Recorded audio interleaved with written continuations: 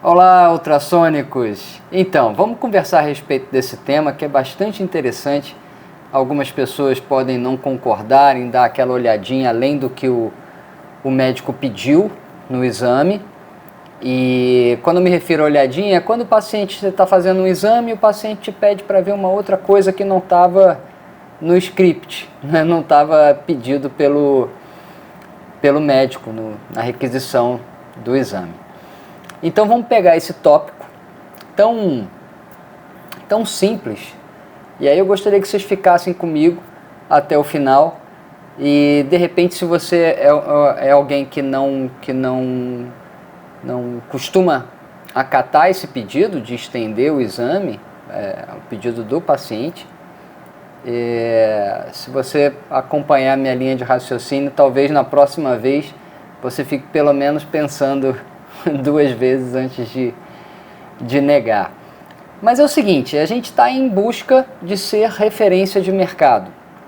Então, pelo menos é isso que eu estou me propondo aqui a argumentar com vocês, para a gente se tornar referência no mercado. Então, algumas atitudes, além da técnica do exame, que é óbvio que isso é importante, mas além da técnica do exame, nos bastidores da gestão, nos bastidores da sua relação com o médico-paciente, existe muita coisa que pode ser feito que vai alavancar esse posicionamento no mercado de ultrassonografia. Eu creio que todo mundo que utiliza uma técnica que tem um bom exame como marco, como único marco para se posicionar e ser indicado por médicos, eu creio que isso funcione, tá? Porém, eu acredito que isso vai levar muito tempo, e o que eu estou propondo é exatamente isso. Como que a gente reduz bastante esse tempo na busca de se tornar referência em ultrassonografia, utilizando alguns gatilhos, algumas atitudes que vão abreviar bastante essa jornada. Então vamos lá, vamos ver o que tem por trás dessa olhadinha. É um termo que às vezes se torna até pejorativo, né? Eu entendo, mas vamos ver o que tem por trás disso, por trás dessa atitude, e vamos fazer alguns contrapontos aqui que de repente possa passar na cabeça do colega, que às vezes até a pessoa faz, assim, tem esse hábito, não, tudo bem, eu olho o seu exame além, não tem problema, a pedido do paciente, mas de repente ele não se toca que isso é uma atitude que vai posicionando ele de forma muito eficaz, de forma muito sólida. E é interessante que quanto menos exame você faz, que eu quero dizer, quanto mais no início você está, se você faz exame em alguma clínica e recebe por comissão, ou se você montou sua clínica e está começando e vai galgando esse posicionamento, quanto menos exame, mais eficaz são essas pequenas atitudes, porque isso cria uma base sólida, e a gente vai chegar nesse ponto. Então, para começar, seria interessante que a gente definisse aqui que uma relação médico-paciente é um relacionamento comercial, como todos os outros. É um relacionamento comercial de um serviço especializado, um serviço médico é um serviço especializado caro, caro financeiramente, caro de conhecimento, e isso não está em discussão. Mas é também uma relação comercial. Então, tendo isso como um ponto pacífico, creio eu, tanto faz, tá? Se é serviço particular, se é serviço público, que de certa forma você também está sendo pago no serviço público, né? E o cliente o seu paciente do serviço público também te paga, é um pagador de impostos, né? Então, não deixa de ser uma relação comercial, você tem um contrato com o Estado para oferecer esse serviço. Então, exceto se você estiver fazendo caridade, é uma relação comercial. Inclusive, fazer a caridade é algo muito bacana, eu incentivo, já falei isso em outros momentos. Então, se a gente pudesse tirar pelo menos 5, 10 minutos por dia de fazer um exame gratuito, isso é um gesto muito bacana. Isso tem um retorno não financeiro, mas um retorno que talvez seja muito nobre e será recompensado. Mas então vamos lá. Não é uma coisa que eu tiro da minha cabeça, tá? Essa questão de dar uma olhadinha, creio que todos passaram por isso e eu passo por isso desde quando eu iniciei, então não é novidade para ninguém que isso é uma realidade. Inclusive recentemente fazendo um exame de abdômen, um abdômen total, depois de terminado, era uma moça, a moça pediu: poxa doutor, mas eu tô com um caroço no pescoço, você não pode ver para mim o que é? Eu fiz, e realmente tinha um linfonodo, não tinha características sérias, mas eu coloquei na descrição. Eu coloco na descrição porque para que faça um pouco de sentido tudo isso que a gente vai narrar e no final vocês vão entender do que eu estou falando. Mas quando você fizer alguma coisa extra, faça com responsabilidade, não seja negligente, não vai ali só passar gel para poder dizer que viu, porque aí é um risco, tá? É um risco para a gente mesmo, né? Olhar com negligência é sempre muito arriscado. E depois de feito, relate, não tem problema nenhum. Se tiver normal, eu não coloco não, tá? Mas se tiver alguma alteração, relate de forma sucinta e diz que foi a pedido, não tem problema. Coloca uma observaçãozinha lá depois da sua conclusão, tá bom? Então, como eu já tinha falado, o termo olhadinha se torna um pouco pejorativo porque a gente tende a achar que isso possa ser uma desvalorização, né? Uma forma de não atender bem. Se você está fazendo um exame, porque sempre quando a gente vai fazer um exame, vai fazer um estudo além daquilo que foi pedido, você provavelmente não vai olhar todo, por exemplo, com a moça aqui, eu não olhei todo o pescoço dela, mas relatei pelo menos o que eu vi.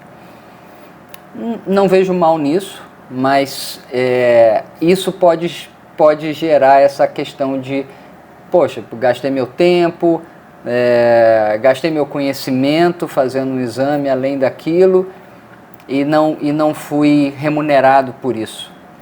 Então alguns podem achar duas coisas: gasto de tempo e alguma desvalorização por estar fazendo um serviço que não foi pago. Eu entendo perfeitamente esse argumento, embora mesmo assim eu ainda considero que deva ser feito. Segura que a gente vai desfiar esse novelo já já. Uma coisa é o que a gente pensa e entende por essa atitude. Então, por exemplo, quando o paciente pede, nessa situação, por exemplo, eu poderia chegar para a moça e falar assim: olha, esse exame não foi pedido, então assim, eu preciso de um tempo para fazer a sua avaliação, conversa com o seu médico, vê se ele te faz um encaminhamento específico dessa região, para que eu possa te examinar. O paciente, ele entende, mas será como que ele entende isso? Ele pode na sua frente te dar um retorno muito nobre, assim, muito óbvio de entendimento. Mas será que é isso que passa na cabeça dele? Eu tenho uma certa dúvida. Eu sempre passa na minha cabeça que ele possa estar pensando, poxa, não custa nada. Na cabeça dele pode pensar, não custa nada e tal. Então, para que você não deixe que ele saia com essa com esse ranço, você precisa talvez argumentar um pouco mais. E argumentar um pouco mais te leva tempo.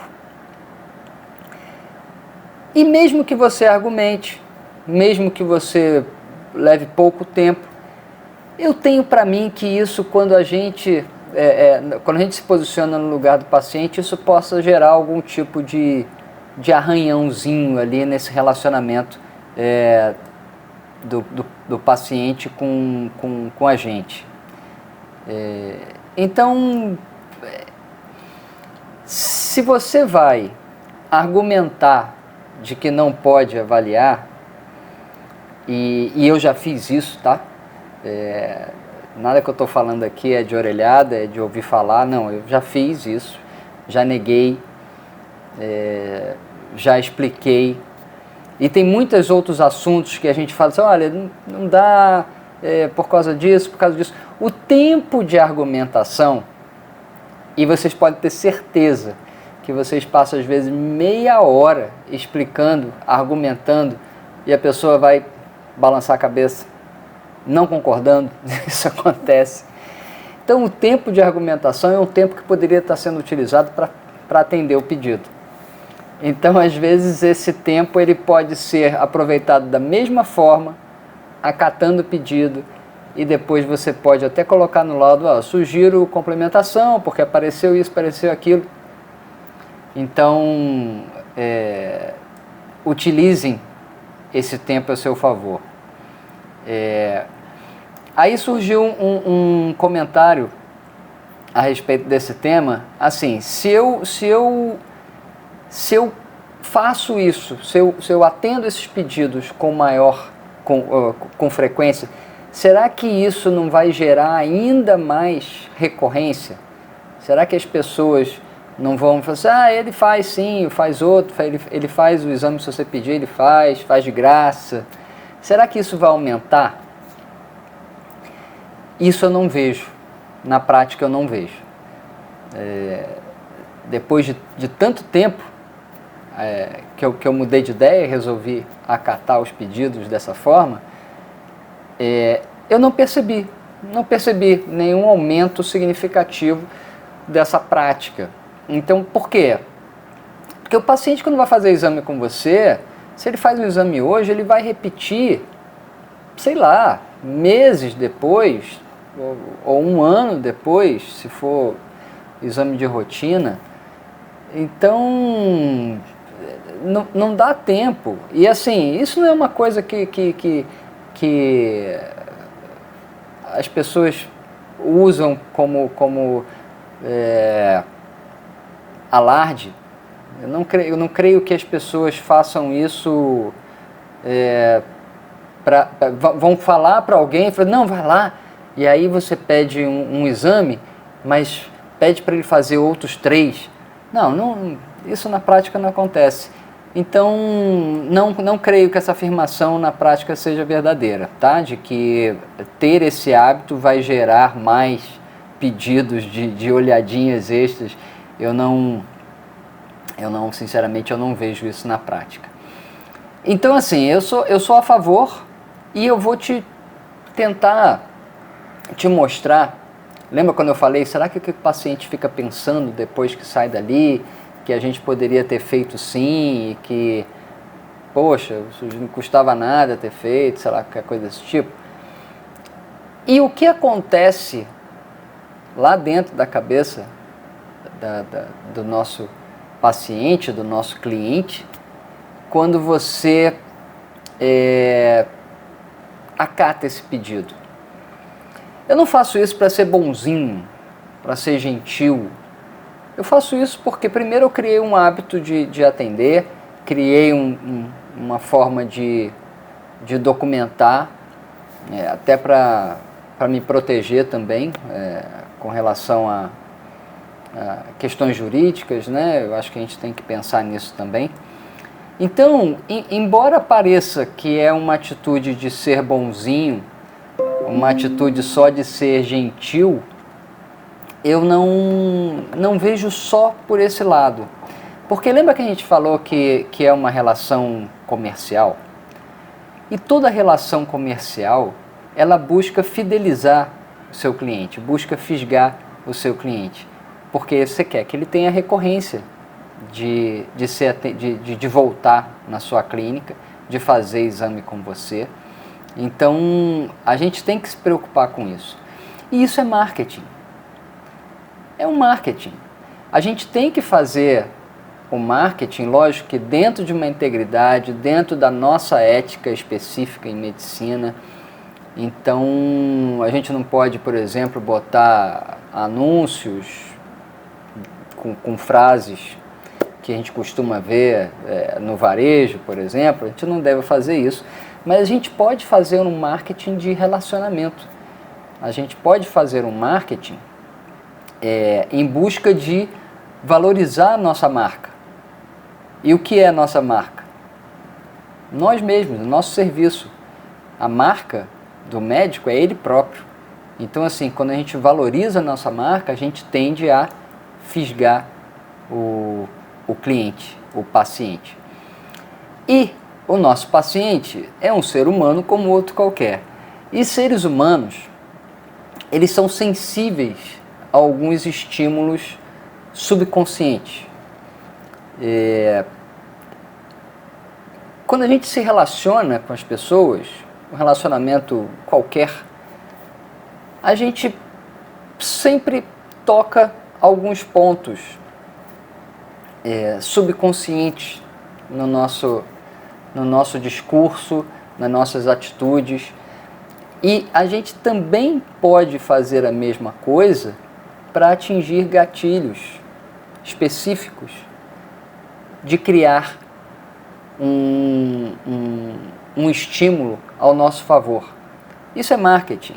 E sendo marketing, existem estudos enormes com relação a isso e que são muito eficazes. A gente é bombardeado com isso todo dia. A gente é bombardeado com isso até no relacionamento dentro de casa. Vocês lembram do olhar do gatinho do Shrek? Aquela coisa meio pidão, né, que corta o coração e a gente acaba cedendo? Quem tem filho conhece como é que é esse negócio. E isso é um gatilho. Isso é um gatilho. Isso é uma forma não verbal de você tentar manipular a atitude do outro lado, de quem você está se relacionando. E isso acontece, obviamente, com a gente quando a gente está atendendo. Não só na nossa área de ultrassonografia, mas clínicas todas, né? Então é por isso que eu digo, se o seu cliente é um ser humano, então isso funciona dessa forma. E quais são os estímulos por trás da tal olhadinha que podem ativar um botãozinho a nosso favor? Primeiro, quando você acata esse pedido, depois de terminado esse exame, depois de você aceitar esse pedido, gera um gatilho de carisma. E carisma seria traduzido por um dom natural de despertar admiração, de despertar simpatia das pessoas. Isso é carisma. E quando você ativa carisma, você está ativando uma forma daquela pessoa te referenciar, né? Você está ativando um gatilho que ela pode chegar lá fora, se alguém comentar com ela em relação a fazer um exame de ultrassonografia, é óbvio que ela vai lembrar de você. É óbvio que ela vai lembrar de você com bons olhos, te indicando. Então, isso é uma coisa que você quer, porque você quer aumentar o seu atendimento, você quer fidelizar o seu cliente, o seu paciente. A outra coisa que gera também é reciprocidade. Quando você doa, e não é material, essa doação não é necessariamente material. Quando você doa atenção, quando você doa só ouvir uma pessoa, e no caso o seu paciente, que naquele caso está ali fragilizado, ele está na tua mão, ele te entrega. O paciente se entrega para você. Isso é importante a gente ter em mente, né? Então, ele está ali vamos botar assim, exposto ao seu serviço em função da saúde dele próprio. Não é qualquer... A gente não está falando de um copo, a gente está falando da saúde da pessoa. Então ela está ali fragilizada. Quando você dá ouvido e dá atenção para aquela pessoa e ela fala preocupada, poxa, mas eu estou com um negócio aqui, e você atende, isso gera uma certa dívida moral, uma certa gratidão por você ter ouvido e ter dado importância ao que ela considera importante para ela. Porque por mais que você fale assim, não, isso é bobagem, isso é só um linfonodo, isso aparece mesmo de vez em quando. Para ela não, para ela aquilo é importante. Para ela aquilo é significante, é a saúde dela. Então quando você retribui com o seu serviço, ela fica com uma dívida moral, ela fica com uma dívida de gratidão. Isso é reciprocidade. Você ativa esse gatilho lá dentro, de forma inconsciente. Você não precisa ter feito nada. Aquela pessoa agora ela tem o carisma e ela tem a reciprocidade. Você tem alguma dúvida que se ela sair dali, encontrar um amigo, uma amiga, e falar assim, poxa, precisava fazer uma ultrassonografia, acabei de fazer com o médico ali, muito legal, fui bem atendido. Você tem alguma dúvida disso? Eu não tenho. Entendeu?